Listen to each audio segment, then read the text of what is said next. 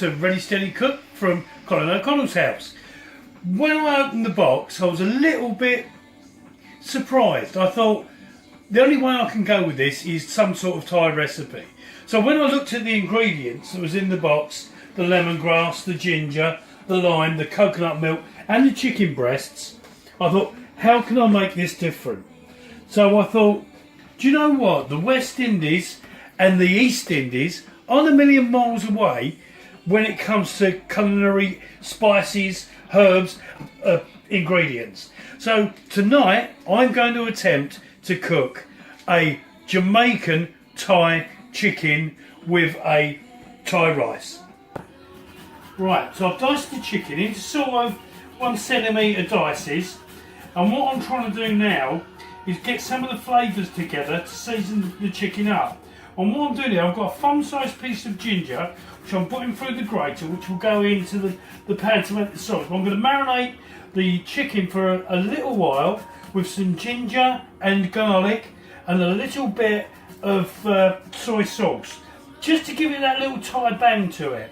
But then I need to cook off my spices and herbs in the pan in a little bit of oil.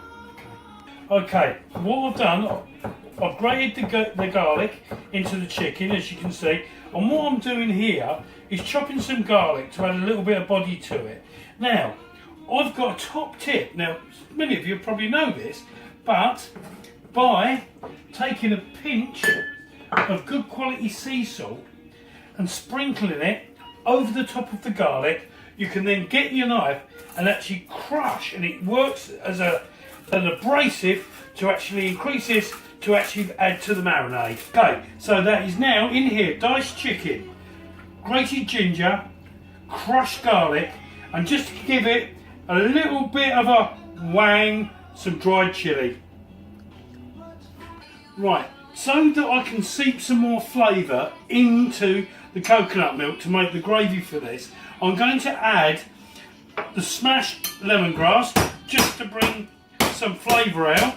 So that's just going to sit in there for a little while. I'm going to grate in zest of a lime. I'll be losing the juice later on, and because of the ingredients being as they are, I am going to add a small pinch of saffron, which will give it a nice earthy yellow colour. Okay, right, now I'm building my paste. The paste is to fry the chicken in. So in here already I've got tahini. I'm going to add half a teaspoon of garam masala, half a teaspoon of coriander powder, half a teaspoon of cumin, some mixed herbs, ground mace. Ground mace is a husk from the nutmeg, and it is very much used in West Indian cooking. I'm going to add, just to give it a bit of a spot, just a touch of paprika, and just to build it up, to add that little bit of Thai spice, a tad of fish sauce. Right, I'm going to use, just to cook the paste and the chicken down, a flavourless oil. I'm using the sunflower oil. I've already put the heat underneath the pan, so I'm just going to put a little oil in there. Usually I'd use a spray, but I think it won't add to the flavour of this, so I'm just waiting for that oil to heat up. The chicken's been marinated now for about half an hour. So, as we can see, the oil is beginning to heat. In goes the paste. And we'll wait for that to start to cook, because we need to cook the flavours out of the spices, otherwise you'll get a powdery flavour on those. As you can see, that's beginning to spread around. The tahini is beginning to melt into the oil. The flavours are all mixing in together. So when that's getting hotter, we will add the chicken, just to brown it up and flavour it in.